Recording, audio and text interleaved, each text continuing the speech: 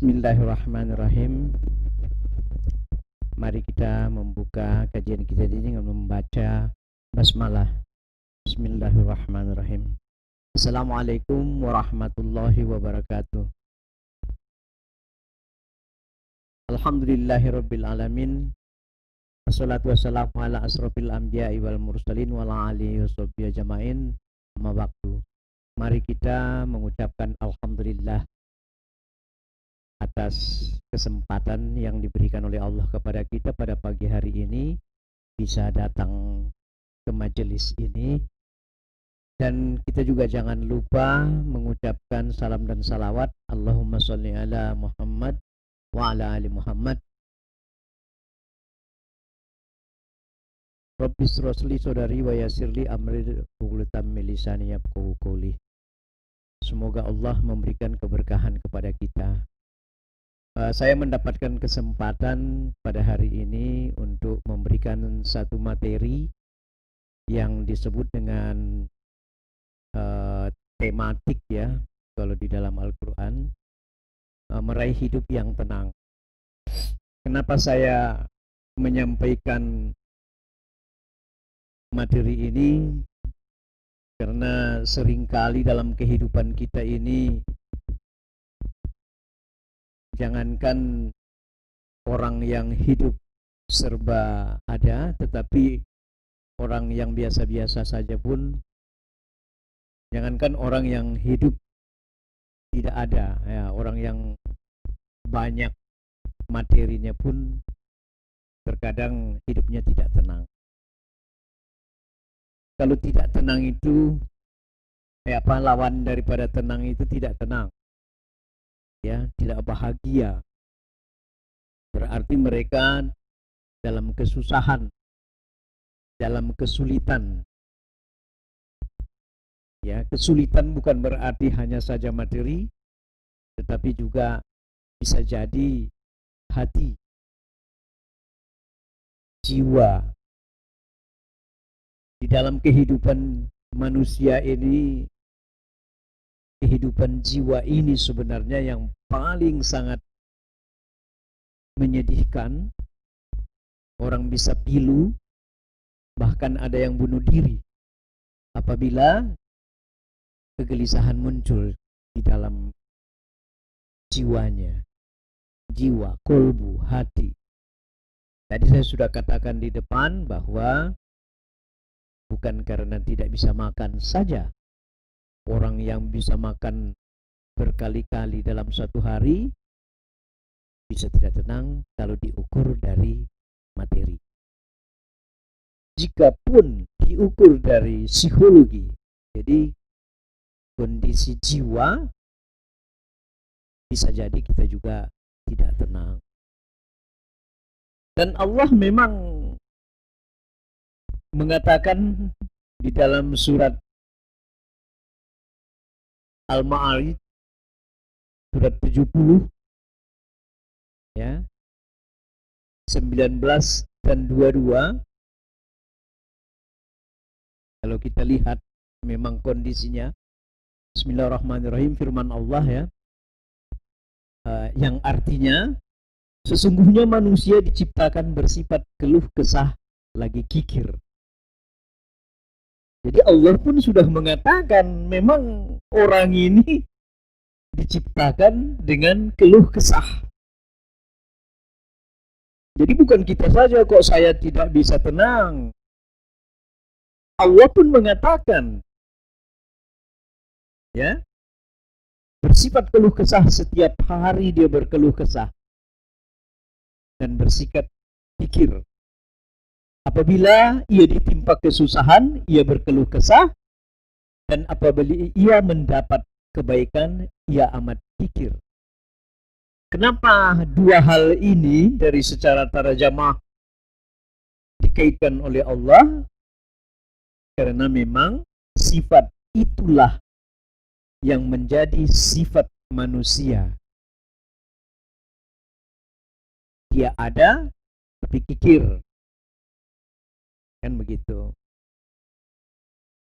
Lalu kemudian dia banyak uang pun, ada materi pun, dia tetap saja berkeluh kesah. susah saya ini perusahaan tidak bisa bagus, padahal sudah untung. Ya, kalau perusahaan-perusahaan besar satu bulan 1 M itu biasa untungnya, tapi masih berkeluh kesah.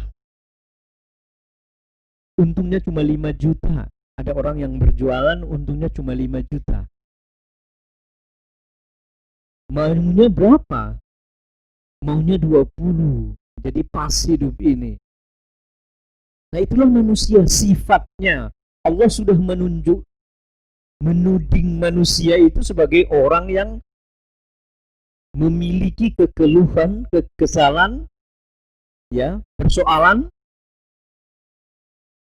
Nah, di sini disebutkan manusia yang diciptakan oleh Allah senantiasa hidup dengan keluh kesah. Jadi ada dalilnya. Lalu kemudian di Al-Fajr kita harus berbicara dari dalil, kita tidak bisa ngomong Pak Bangun ini bukan orang pintar walaupun sudah 30 tahun jadi dosen, ya. Bukan persoalan pintar, tapi ada dalil yang disampaikan. Kalau ngajar biasanya itu menurut Archimedes, Richard Titmus gitu ya. Ini kita berusaha dari Al-Quran dan hadis. Artinya, bismillahirrahmanirrahim, adapun bila Allah menguji dan menyempitkan rezekinya, maka ia mengira bahwa hal itu karena kehinaan di hadapan Rabb-Nya. Lalu ia berkata, Rabb-ku telah menghinaku. Begitulah manusia. Allah memberikan kehidupan yang sempit bagiku. Padahal baru hari ini Allah memberikan kesusahan sama dia. Tidak selama waktu. Nah, ini sifat manusia yang seperti ini memang kita tidak bisa hindari. Apakah memang seperti itulah sifatnya? Sifatnya seperti itu. Harusnya manusia melawan sifat ini. Gak boleh dipelihara sifat. Walaupun Allah mengatakan seperti itu. Allah kan hanya mengatakan di dalam firman-Nya. Begitulah manusia itu. Di hadapan Rabb-Nya, dia mengatakan, Allah menghinakan aku. Sedikit saja masalah, Allah tidak suka dengan aku. Jadi bukan tidak punya dasar.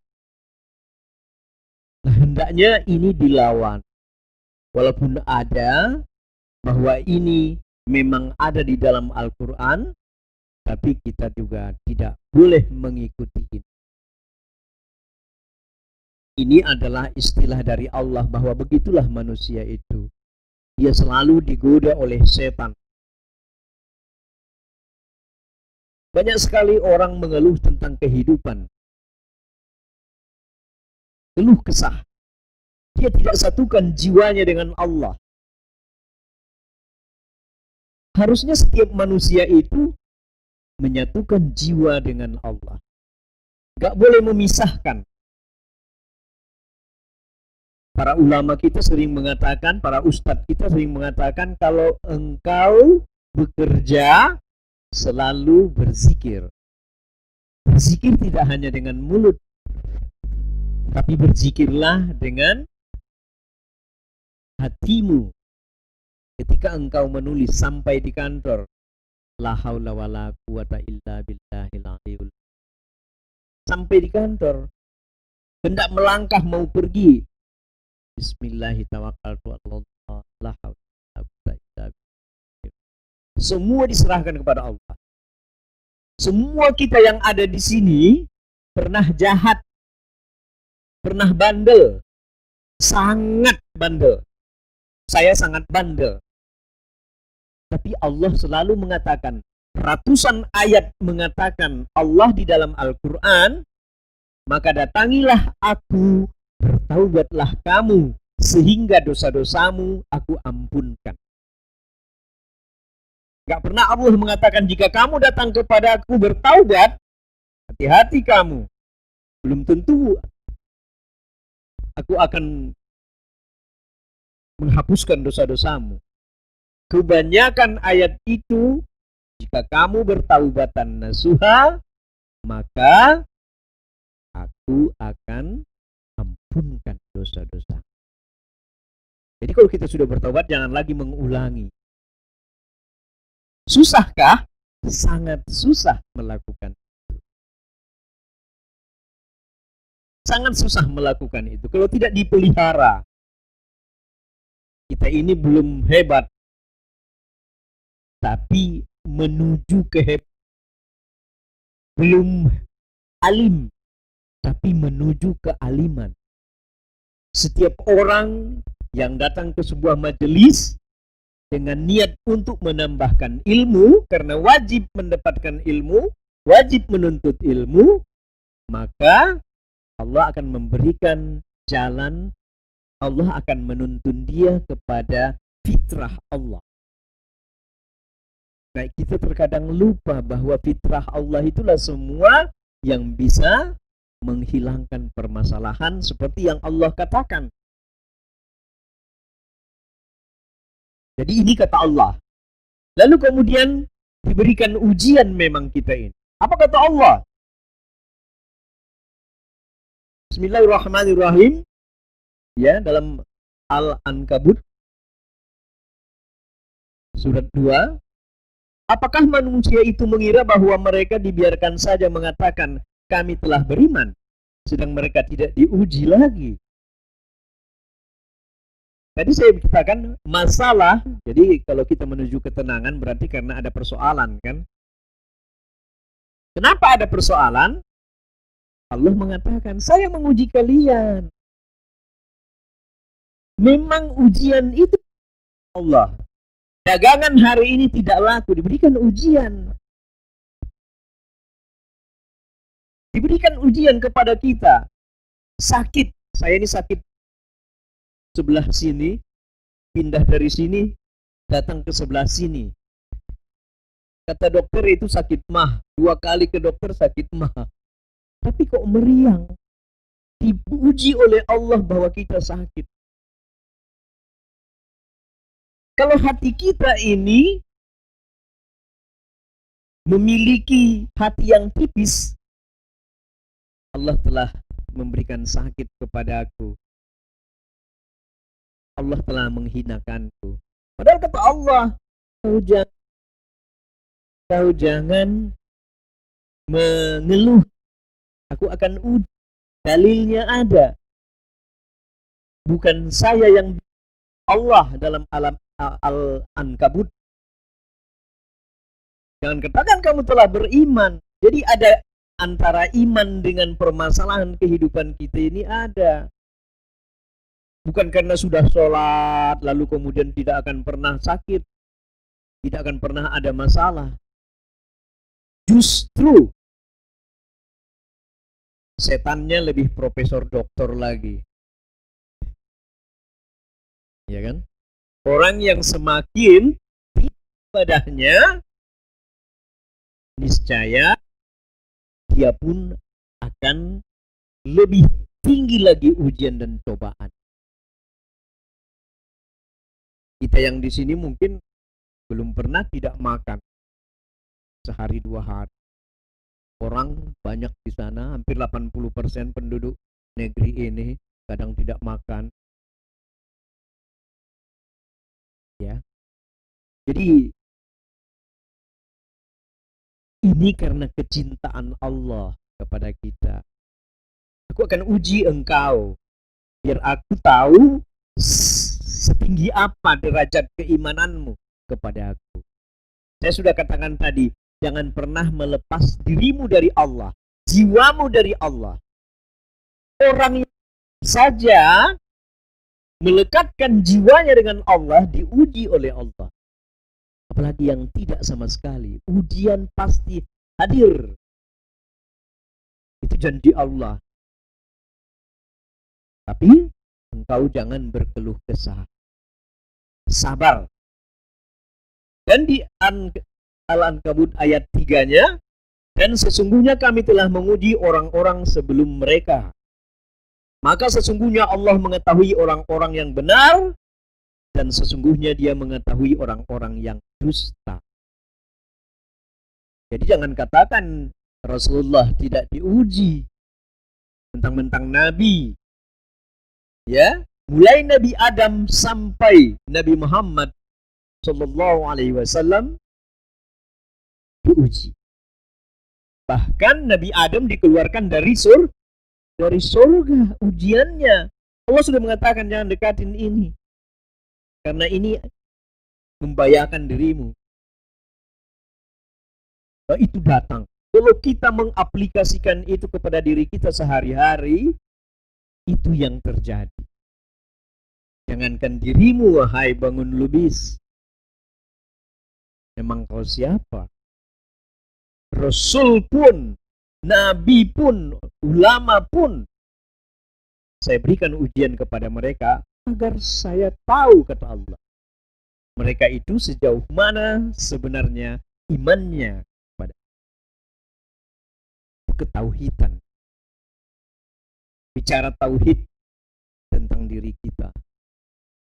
Apalagi kita di sini, kalau boleh dikatakan kita ini udah alumni keberapa? Saya sudah 10 tahun di sini.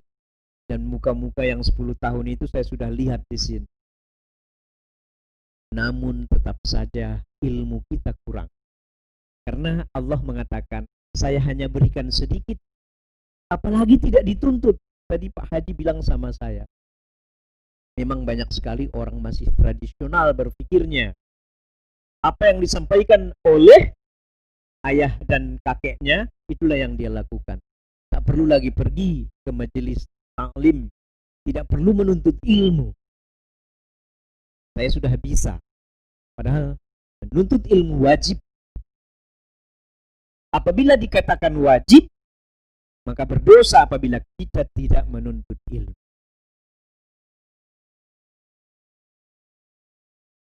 Lagi-lagi tadi Pak Haji juga mengingatkan, Profesor Yuwono itu mengatakan memang 20% saja umat Islam ini yang mau beragama dengan baik. Tapi jangan katakan yang lain itu bukan Islam. Dia ambil golok, dia pukul kita walaupun KTP dia. Ya kan? Hanya sholat saja ya. Mereka menganggap bahwa sholat, aku laksanakan sholat, maka gugurlah kewajibanku. Tidak. Hati harus dipelihara. Ya, orang tak suka kepada orang lain saja pun setitik. Makanya ada istilah orang kita Melayu, rusak gara-gara nila setitik, rusuk susu sebelanga. Jadi jiwa yang kita pelihara ini harus benar-benar suci. Setitik saja hati ini tidak suka, hati ini tidak bisa menerima, hati ini membenci orang, membenci Allah, hati-hati. Tapi ingat, memang kita diberikan ujian. Jadi jangan merasa gelisah kalau ujian itu datang. Allah mengatakan, aku sayang kepadamu, makanya aku uji. Aku akan menguji mereka. Dan orang dahulu pun aku uji. Ya, Rasulullah diuji. Ya, menyaksikan sejumlah keluarganya jatuh ke lembah kesesatan. Beliau berduka cita karena tahu tempat mereka saat kembali nanti. Sedih Allah, sedih Rasulullah. Banyak keluarganya yang tidak mau diajak beragama dengan baik. Padahal waktu itu sudah banyak orang Islam. Ya. Makanya kata Allah di dalam surat Al-Kahfi, Al-Kahf ayat 6, Bismillahirrahmanirrahim, maka apakah barangkali kamu akan membunuh dirimu karena sedih hati sesudah mereka berpaling? Sekiranya mereka tidak beriman kepada keterangan ini. Saking sedihnya Rasulullah melihat saudaranya itu. Hei Rasulullah, apakah kamu akan bunuh diri hanya gara-gara mereka tidak beriman dengan baik. Pengertian daripada ayat ini kira-kira seperti itu. Ya saudaraku yang beriman. Seperti itulah ujian demi ujian. Jadi menuju ketenangan itu adalah memahami pangkal daripada permasalahan. Jadi dari tadi saya sudah katakan, kok sepertinya pelajaran kita ini mengatakan memang masalah itu ada. Iya, itu yang harus kita pahami. Allah menguji kita, memang berkeluh kesah, ada firman Allah, Rasulullah juga mengalami permasalahan. Untuk apa? Untuk ikhtibar bagi kita bahwa sesungguhnya kita ini akan diuji, akan banyak masalah sampai akhir hayat kita. Oleh karena itu, kita akan berusaha untuk mengkokohkan jiwa kita. Orang yang sholat saja terus, puasa, ya, tahajud, ya, seluruh amalan-amalan dia kerjakan, ujiannya tetap ada, apalagi yang bukan.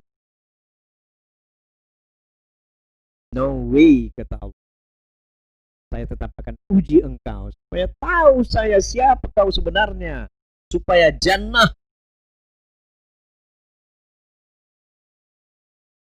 bisa engkau masuk. Ya, kita kan kelihatan sekarang melihat orang, oh ini orang ini tak beriman banget ini kelihatannya. Rambutnya acak-acakan, gondrong, padahal hatinya selalu tertaut dengan Allah. Jadi kita nggak bisa menuduh orang lain yang kita lihat hanya batas mata itu sebagai orang yang tidak beriman dengan baik. Tapi itulah yang perlu kita pahami dulu. Jadi kalau kata Ustadz Profesor Yono itu pelan-pelan, kita pelan-pelan memahaminya. Jadi Allah mengatakan itu supaya kita paham. Kalau kita sudah paham berarti oh, seperti itu ternyata berkehidupan ini. Nabi Ayub pun diuji sakit parah. Ya. Ada ayatnya. Al-Anbiya 83-84. Dan ingatlah kisah Ayub ketika ia menyeru kepada Tuhannya. Apa maksud ayat ini? Apabila engkau bermasalah, contohlah Ayub. Apa yang dilakukan Ayub ketika sakit? Sakit apa itu? Siapa yang tahu? Kalau tidak sakit gatal, sakit kulit, hancur bertahun-tahun, berpuluh tahun. Apa kata Allah dalam surat Anbiya ini? Berdoalah engkau seperti Nabi Ayub apabila engkau menemui permasalahan. Ya Tuhanku, sesungguhnya aku telah ditimpa penyakit dan engkau adalah Tuhan yang maha penyayang di antara semua penyayang. Maka kami pun memperkenankan seruannya itu, lalu kami itu Allah, lenyapkan penyakit yang ada padanya, dan kami kembalikan keluarganya kepadanya, dan kami lipat gandakan bilangan mereka, sebagaimana suatu rahmat dari sisi kami, dan untuk menjadi peringatan bagi semua yang menyembah Allah. Ayat ini, kata Allah, kamu baca ayat ini, kamu tadaburi ayat ini, kamu contoh ayat ini, supaya kami berikan rahmat. Allah tidak mengatakan Ayub, ya dalam tafsirnya, Ayub itu tidak hanya diberikan kesembuhan penyakit, tetapi keluarganya dilipat gandakan, saudaranya semakin banyak, anak beranaknya. Kalau dulu sepi, sekarang sudah ramai. Ketika aku berikan rahmat. Kalau sudah diberikan Allah rahmat kepada kita, tidak ada manusia yang bisa melawannya. Ya. Hambat supaya rezekinya si fulan itu tidak sampai kepadanya. Kalau Allah katakan dia akan mendapat rezeki pada detik ini, maka dia akan mendapatkan rezeki. Dan rezeki itu 50.000 tahun sebelum kelahiran manusia diciptakan, sudah ada ditakdirkan rezekinya. Kenapa seseorang itu usianya panjang? Karena rezekinya belum habis. Ya. Orang yang pendek usianya karena rezekinya sudah habis di dunia. Ya kan? Dan rezeki itu datang terkadang banyak, kadang sedikit, landai, nanti datang lagi banyak. Ada ayat yang mengatakan bahwa kamu tidak tahu suatu saat pada suatu waktu tertentu aku akan berikan rezeki yang kamu tidak duga-duga. Benar kata Allah itu, gak pernah kita menduga. Kadang dikasih ayah, kadang dikasih adik. Adik lebih banyak duitnya dia kasih ke kita. Sekarang ketemu dengan orang, tiba-tiba saja orang itu memberikan proyek, tolong bikinkan aku buku, tolong bikinkan aku tulisan, tolong bikinkan aku macam-macam. Akhirnya dapat rezeki. Jadi ada 3 minimal. Kedua, pertama adalah sakitnya hilang. Jadi kalau kita di dalam kondisi kegelisahan, berdoa, kata Allah. Ini ada dasarnya. Berikan perkembangbiakan. Kembang biak itu bukan hanya manusia, harta juga. Lalu diberikan rahmat. Kalau Allah telah memberikan rahmat kepada kita, tidak ada yang bisa menawar-nawarnya. Nah, ingat, masalah kamu itu bukan saja karena Allah katakan di dalam Al-Quran, memang manusia itu pasti ada masalah. Tetapi kata Allah Ta'ala berfirman, A'udzubillahi minasyaitonirrajim, bagaimana di surat Asy-Syura 30, dan segala musibah yang menimpa kalian adalah disebabkan oleh perbuatan tangan kalian, dan Allah memaafkan banyak dari kesalahan kalian. Ada 2 pengertian di dalam ayat ini, bahwa setiap masalah yang ada itu adalah karena perbuatan kita. Lupa sholat, dia sholat tahajud setiap saat, tapi lupa, kali ini lupa, jadi bermasalah. Masalahnya apa? Dia datang ke sekolah, datang ke kantor, kenapa lah tadi malam saya tidak sholat? Itu masalah, kondisi jiwa, penyesalan. Ya kan? Tapi walaupun begitu kata Allah, ya kan? Walaupun kamu berbuat jelek, lalu kemudian itu menjadi masalah bagi kamu, memaafkan kamu, kata Allah. Betapa Allah Maha Pengasih, Maha Penyayang di dalam ayat ini kepada kita. Orang yang berbuat jahat, orang yang berbuat jelek, berbuat maksiat, jika kamu datang kepadaku, kata Allah, dan Allah memaafkan banyak, bukan sedikit. Aku maafkan aja sedikit, enggak. Aku maafkan banyak dari kesalahan kalian. Berarti Allah Maha Pemaaf, Maha Pengasih, Maha Penyayang. Ibnu Katsir rahimahullah menjelaskan, dan firman-Nya yang artinya, dan segala musibah yang menimpa kalian adalah disebabkan oleh perbuatan tangan kalian. Maksudnya, wahai manusia, musibah apapun yang menimpa kalian semata-mata karena keburukan atau dosa yang kita lakukan. Ya. Lalu dan Allah memaafkan banyak dari kesalahan kalian. Jadi bukan saya tadi yang mengatakan, Ibnu Katsir yang mengatakan itu.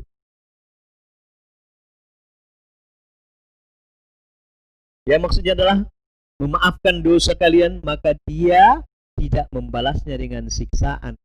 Bahkan dia memaafkan. Masya Allah. Mau menangis kita ya. Sudah berbuat dosa, dimaafkan oleh Allah. Tidak disiksa. Tapi datangi Allah. Memohon ampun kepada Allah.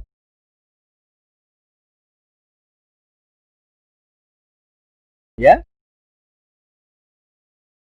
Karena kalau Allah ingin menyiksa manusia, disebutkan di atas itu, ya, apa dia bilang? Kalau Allah ingin menyiksa, tak tinggalkan sedikit pun, ya, di bumi ini makhluk yang melata. Artinya Allah tidak pernah menyiksa. Allah selalu mengatakan di dalam Al-Quran, mereka selalu mengatakan bahwa saya, kata Allah, berbuat tidak baik. Padahal sebenarnya merekalah yang berbuat. Tidak ada Allah pernah memberikan ujian yang tidak setimpal dengan kemampuanmu. Dan tidak pernah Allah kepada kita membuat kerusakan kepada kita kecuali kita. Oh ini gempa bumi, oh ini gempa bumi, kenapa tidak gempa? Ya, banjir datang karena pohon ditebang, dikeruk. Pertambangan, kan perlu pertambangan, banyak tenaga kerja, tapi tidak berlebih-lebihan. Sesuatu yang berlebih-lebihan itu biasanya akan merusak. Ya, jadi jangan cemas kepada apabila kita ada sedikit masalah langsung cemas. Ya saya juga hanya bilang, ya mengatakan saja. Terkadang juga cemas. Ada dalam satu ayat, dalam satu tafsir hadis, apabila ketika pertama sekali ada musibah datang kepada kita atau ujian, lalu kita bersabar pada pertama sekali itu, kita diberikan ganjaran surga.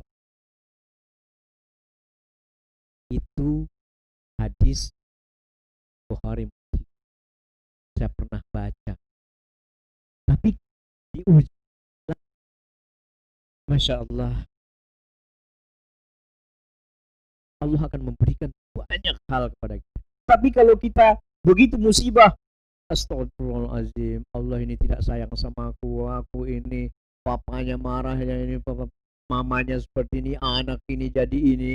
Lalu nanti setelah itu baru istighfar, aduh minta maaf ya Pak ya, minta maaf ya Maya. Bukan Anda saja, saya pun seperti itu terkadang. Kita semua manusia itu terjadi hal-hal yang seperti itu. Makanya Allah menjanjikan, menurut Rasul dalam hadis, Allah menjanjikan bonus. Bila kamu diberikan musibah, langsung innalillahi wa inna ilaihi raji'un. Bahwa segala sesuatunya itu ada kehendak Allah. Ya, semuanya dikembalikan kepada Allah. Allah akan memberikan ganjaran yang kali pertama. Ya, ada surat bawa ke kampung dulu ya. Apa? Tangan pertama, apa pertama itu ya? Waktu pertama ya. Lalu berpaling dari Allah. Kenapa masalah itu muncul? Karena kita berpaling dari Allah. As-Sajdah ya.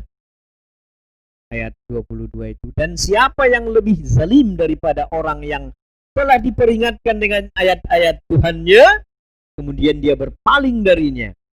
Sungguh kami akan memberikan balasan kepada orang-orang yang berdosa. Sudah diingatkan, kamu jangan lagi lakukan itu. Dia sudah tahu. Ini hati-hati, ada orang yang mengatakan, saya nggak mau ke majelis, nanti ilmunya saya tahu. Itu lebih berdosa lagi itu. Lebih berdosa lagi. Harus tahu.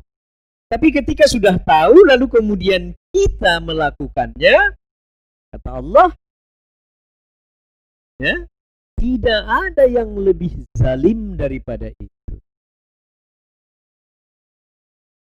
Ya kan?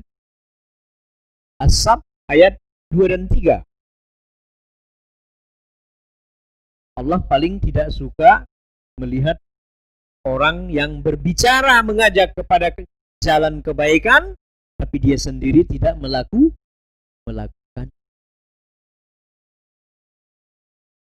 Ya. Jadi orang yang berpaling, nah ini hati-hati. Orang yang berpaling dari peringatan Allah sudah mengatakan saya tidak akan berbuat dosa lagi karena saya sudah tahu betapa besarnya dosanya yang seperti itu. Lalu masih mengerjakannya, Allah jadikan hatinya tertutup dan terkunci. Tegas Allah. Ya. Sehingga ia tidak memahami dan tidak mendapatkan petunjuk untuk selama-lamanya.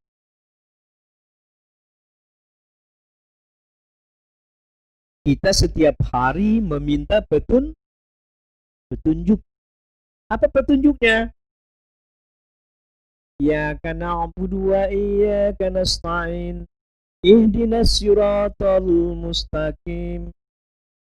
Tunjuki kami jalan yang lurus, ya Allah. Setiap hari mengatakan itu minimal 5 kali. Berapa kali kalau subuh? 2 kali berarti, ya? Zuhur 4 kali, iyyaka na'budu wa iyyaka nasta'in. Apa? Ihdinas siratal mustaqim. Ya. Supaya diberikan petunjuk, supaya diberikan hidayah.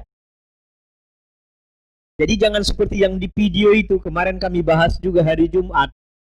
Ada video, orang Islam itu bodoh. Gobloknya minta ampun. Kenapa? Setiap sholat dia minta petunjuk kepada Allah, jalan yang benar, jalan yang lurus. Goblok banget sih, jalan yang lurus tidak tahu. Gitu kan? Bukan jalan yang lurus, jalan yang dimaksud hanya jalan menuju sesuatu hal, tapi diberikan hidayah, diberikan ketenangan. Ya, jalan yang lurus diberikan supaya kita tetap pada keimanan, tidak ingkar daripada kebaikan. Karena siapapun yang ingkar, hati-hati, maka Allah akan berikan ganjaran. Ditutup oleh Allah dan dikutuk oleh Allah. Kalau sudah ditutup Allah hati kita, banyak yang tertutup hatinya, kaya raya. Oh, kenapa itu Pak? Ya, pembangun itu kaya raya dia. Tertutup hatinya, sholat pun tidak. Itu namanya istidrat. Kami akan berikan kekayaan, kehebatan kepada mereka. Ya. Kami uji mereka dengan kekayaan. Kami uji mereka dengan kepintaran.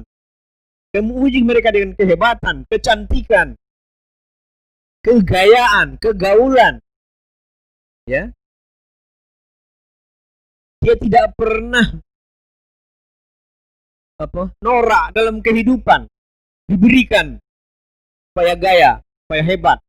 Istidrat namanya. Ada ayat. Itu hati-hati. Kalau Allah memberikan istidrat kepada kita, Masya Allah.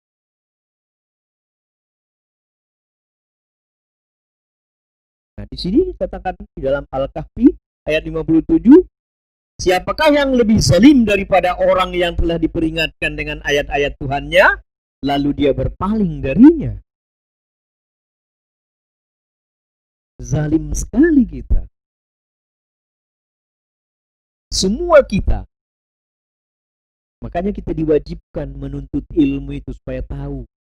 Karena ilmu itu akan mengasah hati kita lebih halus.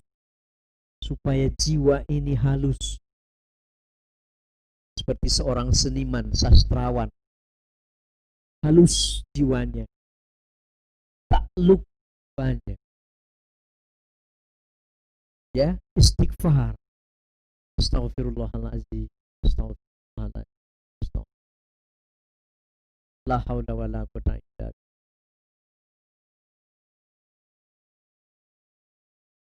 Nah, kalau tadi diberikan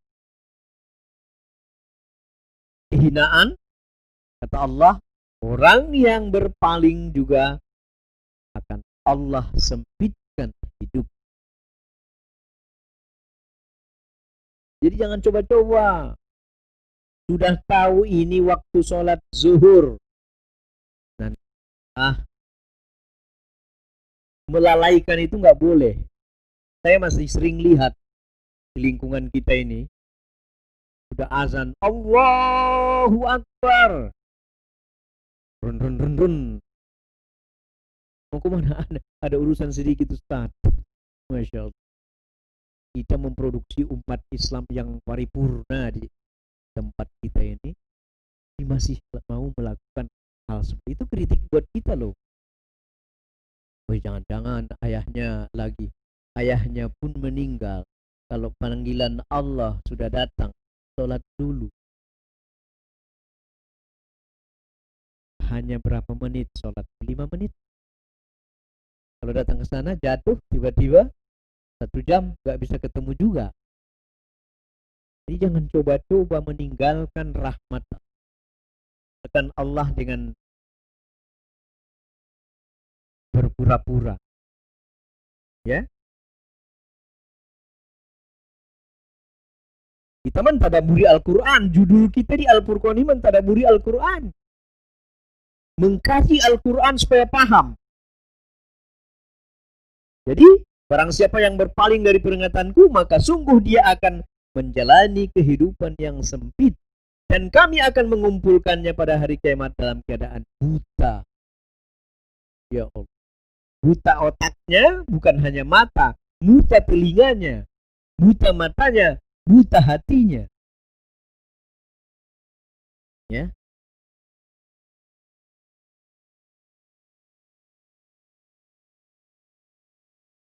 Teman dekat setan, kata Allah itu. Orang-orang yang berpaling. Ya. Maka setan-setan itu pun merusakkan agamanya. Sebagaimana firman Allah dalam surat Al-Zuhruf ya. 36. Bismillahirrahmanirrahim. Dan barang siapa yang berpaling dari pengajaran Allah yang Maha Pengasih, maksudnya Al-Quran, kami biarkan setan menyesatkannya dan menjadikannya teman karib. Pernah nggak kita mendengarkan Pak Haji bilang, jangan berapa namanya? Jangan berteman dengan setan, dengan jin. Hati-hati. Ya. Ini kata Allah, kami kasih dia teman karib. Makanya banyak yang terkadang itu tahu kan, di mana dompetku itu berada, di sekitar sini katanya. Siapa yang ngomong? Ada kawan saya. Jika seseorang berteman, saya mengutip Pak Haji ya, dengan setan, dengan jin, maka dia kufur. Tak boleh. Jadi jangan percaya kepada dukun yang ada jin-jinnya. Berbahaya. Bisa kufur.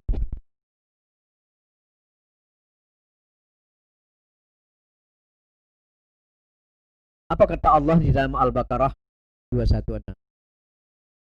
Kita berharap memperoleh rezeki saat, tapi belum diberi Allah. Kita berharap bisa menikah dengan lelaki atau perempuan yang ini atau yang itu. Kita belum diberikan.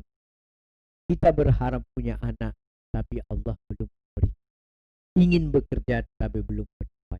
Tapi harus ada harapan. Rendra, ada yang kenal dengan Rendra, penyair, sastrawan Indonesia, begitu walap, apa kata dia? Jika tidak ada lagi harapan, maka manusia itu telah mati. Dia kan Kristen sebelumnya ya, jadi mu'alaf dia. Jadi kita harus ada harapan tiap hari bahwa Allah memperbaiki kehidupan kita. Firman Allah, boleh jadi kamu membenci sesuatu padahal ia amat baik bagimu. Dan boleh jadi pula kamu menyukai sesuatu padahal ia amat buruk bagimu. Allah mengetahui sedang kamu tidak tahu. Jadi kalau datang sesuatu masalah bagi kita itu, mungkin itu yang terbaik. Berobat kalau pinggang. Saya kemarin 3 kali ke dokter, mohon maaf 2 kali ke dokter Saril, 1 kali ke dokter rumah sakitnya Pak Rudi, rumah sakit Islam Ar-Rasyid. Pak Rudi, saya mau berobat, langsung aja pakai BPJS gratis. Disuntik 2 kali Pak Rudi, disuntik saya. Ini suntik nyeri katanya. Masuk. Ya, saya hanya ingin mengatakan bahwa tidak semua penyakit, tidak semua masalah, tidak semua sesuatu yang ditimpakan kepada manusia itu adalah sebuah kejelekan. Jangan-jangan dia kebaikan buat kita, supaya diberikan oleh Allah kita rezeki yang lebih luas lagi. Dulu saya berpikir setelah pensiun, saya tidak akan ada rezeki lagi. Berkata lain Allah. Saya pensiun umur 57 tahun, 3 dari Suara Pembaruan ya, dari koran ya. Tapi ternyata sekolah dosen mengatakan sudah dapat serdos engkau Bapak Bangun, dan sudah S2 65 tahun baru pensiun. Berarti 5 tahun lagi. Usia saya sekarang 60 tahun. 60 tahun loh. Baru pensiun. Dan dari Al-Furqan saya bilang sama Pak Haji, saya nggak mau pensiun di Al-Furqan Pak. Kenapa? Begitu saya pensiun dari Al-Furqan, maka saya akan jauh dari Allah. Al-Furqan ini telah menumbuhkan iman saya selama 10 tahun di sini. Saya meninggalkan semua segala sesuatu yang enak-enak. Makanya kalau kita sudah ada sesuatu majelis, pertahankan majelis itu. Setelah di Al-Furqan saya punya kawan Dadang ini bersama Phil, Pak De, ketemu dengan ulama-ulama yang besar di Indonesia. Namanya Al-Ustadz Muhammad Talib, orang cerdas. Dan punya sama Pak Emil, Pak Dadang, kami bikin buku mereka. Apa yang ingin disampaikan? Bahwa sesuatu hal yang jelek menurut kita belum tentu itu jelek. Sesuatu hal yang baik menurut kita belum tentu. Kita harus katakan bagaimana masalah itu muncul kepada kita dengan enjoy. Tadi saya membaca pesan di SMS Ustadz Gus Baha. Siapa yang kenal dengan Gus Baha? Gus Baha itu ulama terbaru dari NU yang berkopiah, kalau berkopiah begini ya. Lalu kemudian orangnya sangat cerdas.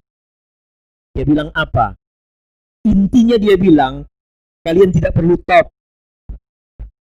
Ngapain juga top? Ente, Pak Bangun, hebat kali Pak Bangun. Tidak perlu. Karena begitu kita membutuhkan orang memuji kita, itu harapan akan ada setiap saat. Malah, saya nggak pernah dipuji lagi. Orang ini nggak menghargai saya. Orang ini nggak menyalam saya kan sudah tua, kok saya nggak disalam duluan? Kalau itu sudah ada dalam jiwa kita, masih ada, maka harapan yang seperti itu menjadi masalah bagi kita. Sakit hati terus tiap hari. Kapan sakit hati terus tiap hari? Apalagi gunanya kenikmatan dalam hidup ini? Buang jauh-jauh. Bahwa saya cantik, bahwa saya harus dihargai, bahwa saya harus dihormati. Tapi engkau, kata Gus Baha, engkau harus menghormati orang. Orang tak menghormatimu tak apa, tapi engkau harus menghormati orang lain, supaya Allah menghormatimu. Jika umat Islam ini saling menghormati, akhirnya dapat juga. Assalamualaikum Ustadz, Assalamualaikum kawan, Assalamualaikum Dai, Assalamualaikum Bu, Assalamualaikum Pak. Betapa indahnya. Ya, jadi jangan berharap, ini kata Gus Baha, supaya tidak gila terhadap pujian. Orang yang gila pujian itu bahaya itu. Itulah yang post power syndrome. Banyak pegawai, bukan pegawai negeri ya, banyak pegawai tidak bekerja lagi, tidak dihargai orang, langsung. Ya Pak Ji ya, mulutnya memang lah. Kenapa? Tidak merasa memiliki kewenangan dan kehebatan lagi. Mikir tiap hari, walah dulu teh manis ada di ruangan ini. Ambil sendiri tehmu. Kenapa? Rasulullah menjahit. Harus kasihan dong sama istri. Masa istri yang harus di sininya ada rusak sedikit. Ma, tolong dong jahit. Rasulullah menjahit sendiri bajunya yang sobek. Dia panutan, kita harus seperti dia. Tapi kalau ada ibu yang merembut, aku tak mau Pak, aku yang menjahitnya. Ibu itu masuk surga juga. Taatnya kepada suami. Jangan berharap terlalu banyak. Mau ngepel pagi-pagi, pel sendiri ruangan itu. Tanaman yang rusak, urus sendiri. Taman saya sampai sekarang nggak bagus-bagus, nggak ada waktu mengurusinya. Ya, harus begitu. Ya, jadi jangan merasa sedih. Ada harapan. Kita kutip Rendra ketika dia jadi mualaf, ada harapan. Saya masih ada harapan untuk hidup. Saya masih ada harapan untuk bisa mendapatkan sesuatu. Mana pernah Pak Haji berpikir bikin rumah sakit? Saya kan cerita dengan Pak Haji panjang soal rumah sakit itu. Sampai menentukan direkturnya. Kami di situ dengan Pak Haji cerita. Aku kepengen membuat pelayanan kepada masyarakat. Jadi dalam usia yang sudah relatif 76 tahun kalau nggak salah. Waktu itu usia Pak Haji membuat rumah sakit. Subhanallah, Masya Allah.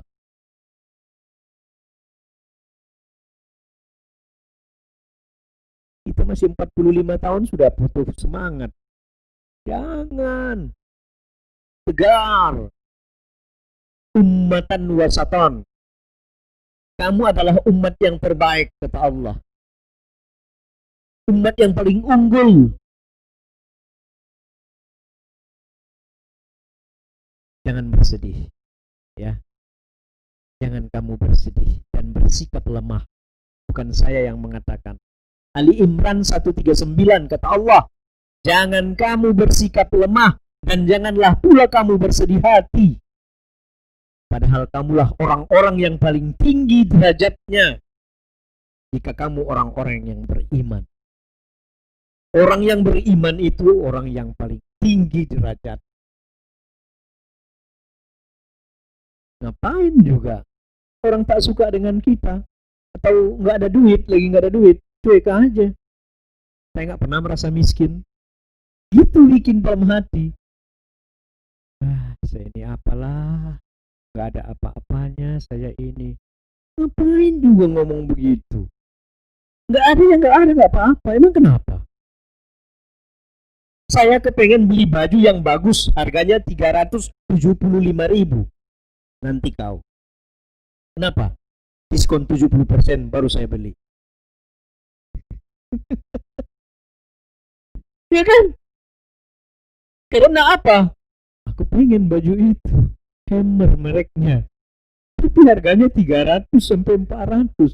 Nanti kau. Tanggal 25 pasti 70%. Dapat 70%, harganya 125.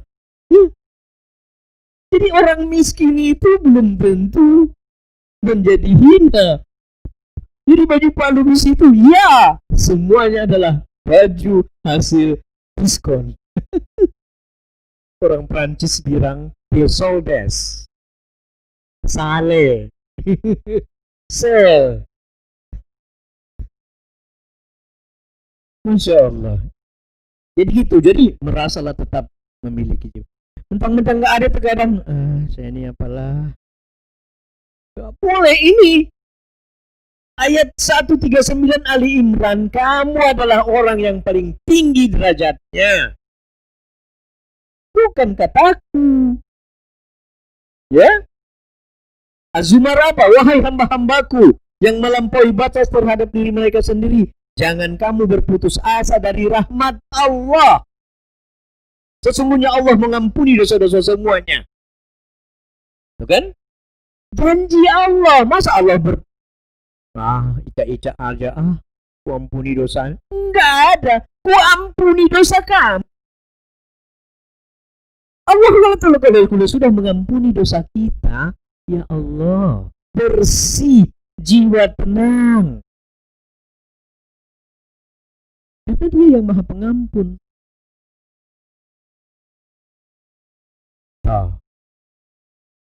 Ujian itu mata yang datang bertubi-tubi sesuai dengan kemampuan kita. Bukan kata saya, Al-Baqarah. Allah tidak membebani seseorang itu, melainkan sesuai dengan kesanggupannya. Inilah perlunya kita mentadaburi Al-Quran, supaya cerdas, supaya pintar.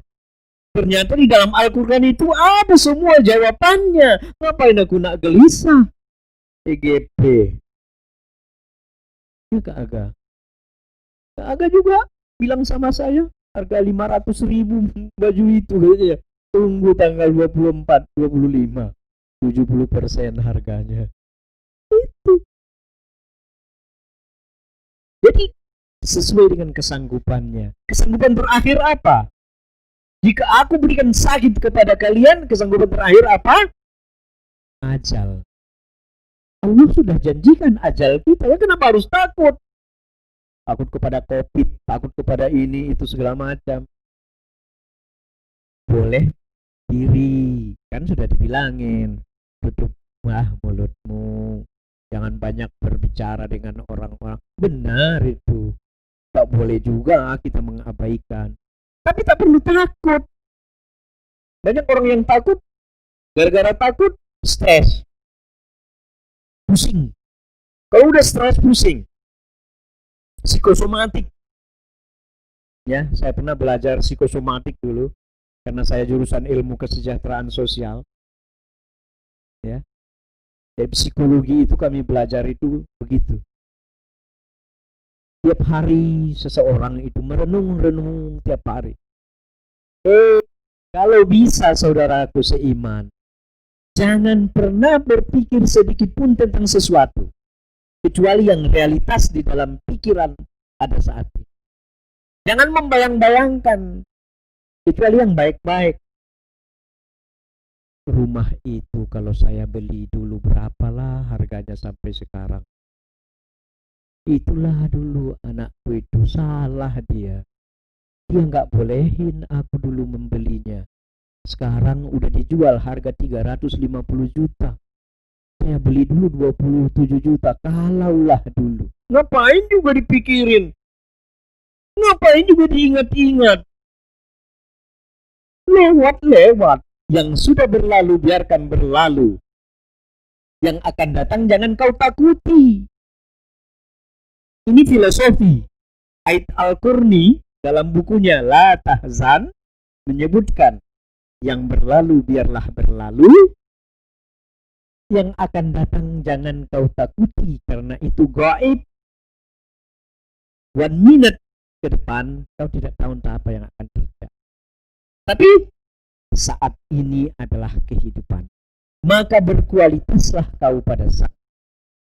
Jadi setiap saat berkualitas kata Ait Al-Qurni. Karena Allah sudah tidak menggunakan lagi nanti apa yang harus, bagaimana hidup saya nanti. Tidak perlu. Kata Allah, apa? Sesungguhnya setelah kesulitan itu ada kemudahan. Allah menghibur kita. Yakinlah. Ya. Setelah kesulitan itu ada kemudahan. Ya. As-Surah ayat 5 dan ayat 6. Ya, hanya kepada Allah mengadukan kesusahan. Jangan adukan kepada suami, kepada istri. Boleh cerita. Ya kan? Boleh cerita. Kemarin juga saya mendapatkan video itu. Kalau mau minta duit jangan minta sama suami. Cuma ke telinganya, ya Allah ya Tuhanku berikanlah aku uang. Lewat telinganya didengar oleh suami lah kan. Ini maksudnya itu kepada Allah saja. Hanya kepada Allah saja. Ya Yakub, hanya kepada Allah aku mengadukan kesusahan dan kesedihanku. Ya. Surat Yusuf ayat 86. Surat Yusuf ayat 86. Hanya kepada Allah aku mengadukan kesusahan dan kesedihanku, dan aku mengetahui dari Allah apa yang tidak kamu ketahui. Saat itu Nabi Yakub teramat sangat sedih karena setelah sebelumnya ia kehilangan putra tercintanya. Ya. Matanya sampai menjadi putih dan tak dapat melihat waktu itu kan. Jangan kau bersedih, nggak ada gunanya. Penyakit yang datang. Dan jangan berputus asa dari rahmat Allah. Tadi di depan sudah dikatakan. Dan jangan kamu berputus asa dari rahmat Allah. Sesungguhnya yang berputus asa dari rahmat Allah hanya orang-orang yang kafir. Surat Yusuf 87. Tegas Allah mengatakan hanya orang kafir yang apa? Yang berputus asa. Sudahlah. Ampunlah DJ. Gak ada lagi ini hidup ini. Sampai sini aja ini. Selesai sudah. Jangan. Allah besok akan menggantikan yang lebih baik. Doa siapa itu? Ya Allah ya Tuhanku, kehilangan ini gantikanlah dengan yang lebih baik. Diganti oleh Allah.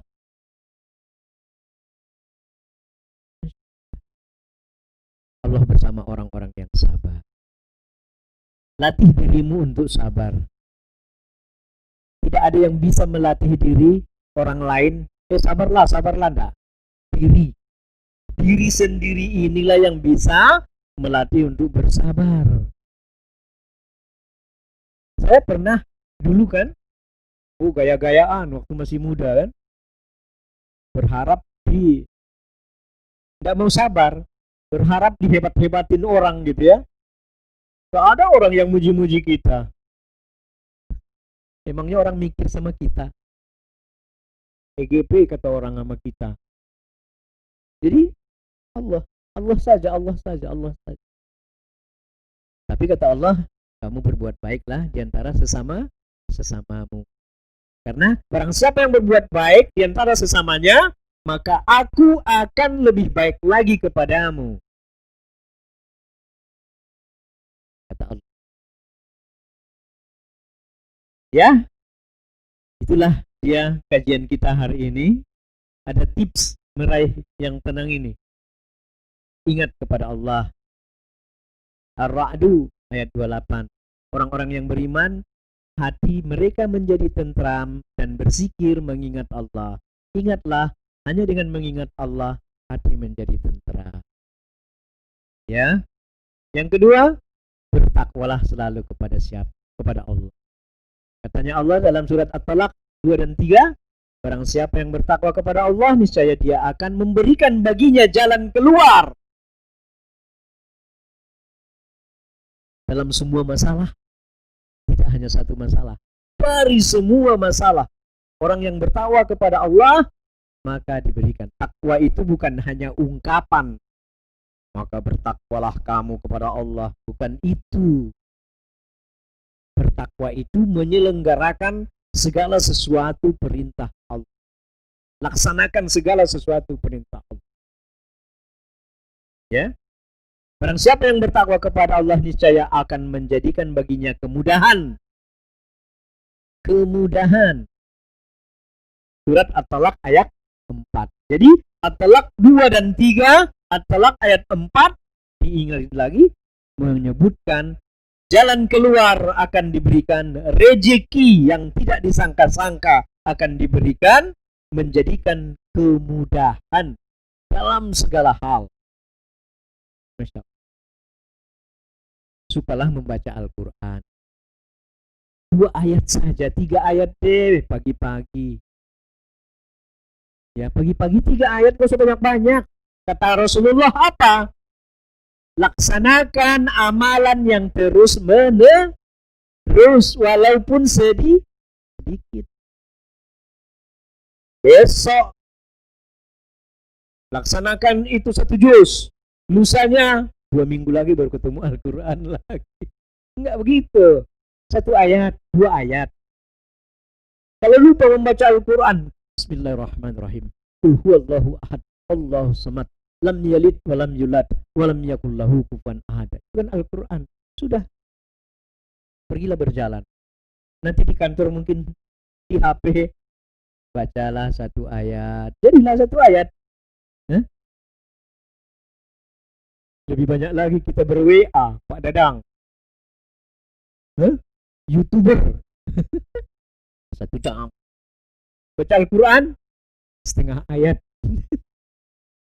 Ya Allah. Padahal dengan membaca Al-Quran, hati akan jadi jalan keluar untuk rezeki akan diperoleh. Janji Allah. Itu janji Allah.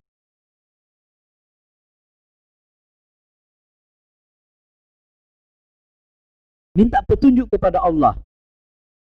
Kata Rasulullah, beliau bahwa seperti hujan baik yang Allah Ta'ala turunkan dari langit, karena hujan yang turun akan menghidupkan, menyegarkan tanah yang kering, sebagaimana petunjuk Allah Ta'ala akan menghidupkan dan menenteramkan hati manusia. Makanya kalau hujan itu sebenarnya filosofi ya, tetapi hujan asli pun real juga akan menyejukkan hati. Makanya ada doanya itu, Allahumma shayyiban nafi'an. Begitu hujan datang. Dulu kalau hujan datang, kita merasa berbahaya sekali. Lalu kemudian datangi seruan Allah. Hai orang-orang beriman, penuhilah seruan Allah. Seruan Rasulnya mengajak kamu kepada sesuatu yang memberi kemaslahatan. Ada enggak yang menanamkan di jiwanya 2.000 perak sehari? Saya mau tanya kita di sini, 2.000 perak 1 hari memberikan kepada fakir miskin. Ada di antara kita enggak? Hari ini aku akan memberikan 2.000 perak setiap hari. Harus ada. Karena mungkin amal itulah yang akan membawamu ke surga. Jangan pelit-pelit hanya 2.000 perak. Allah tidak mengatakan 10.000. Beli koran, jangan ambil korannya. Makasih, ambil koran. Jangan ambil korannya. Itu amalan yang dilakukan oleh Rasulullah. Tiap hari memberi. Kata Ali Jabir, barang siapa yang berdoa pada subuh dan meniatkan hendak pergi sholat, dia niatkan untuk memberikan orang lain dengan 1.000 perak, maka dia akan terbebas daripada kesulitan hidup. Ali Jabir, percaya nggak kita sama Ali Jabir? Percayalah, ulama dari Madinah, masa nggak percaya? Dia yang bilang itu. Bahkan dia bilang, niatkan kepada ibumu, kepada ayahmu, kepada keluargamu, niatkan yang 2.000 perak itu. Datangi seruan dan hiduplah sederhana. Karena yang berlebih-lebihan itu adalah perbuatan setan. Hiduplah sederhana. Gak usah gaya-gaya banget lah, biasa aja. Tapi insya Allah di kita-kita sini saya lihat tidak banyak, tidak ada malah yang bergaya-gaya. Kalau berpakaian yang bagus, ya Allah kan suka yang bagus. Memiliki wangi-wangian, kan Allah suka yang wangi-wangi. Ya, bersih-bersih, kan Allah suka yang bersih-bersih. Ya orang Islam itu seperti kita-kita ini ya bolehlah pula. Ya berjilbab yang bagus, boleh. Harganya di pasar 16 Ilir murah.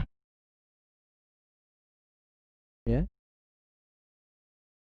Jadi tetap hidup sederhana bukan berarti bajunya compang campe. Ya, makan jengkol tiap hari, enggak juga begitu. Makan pete jengkol baiklah. Saya pikir itu, saya mohon maaf lahir dan batin. Terlambat waktunya. Ya. Banyak sekali waktunya terlambat, tak terasa. Saya yang tak terasa, mungkin bapak-bapak, ibu-ibu merasa bosan kali ya. Mudah-mudahan tidak, saya mohon maaf lahir dan batin kalau ada kata-kata yang salah. Itu saja mungkin. Assalamualaikum warahmatullahi wabarakatuh.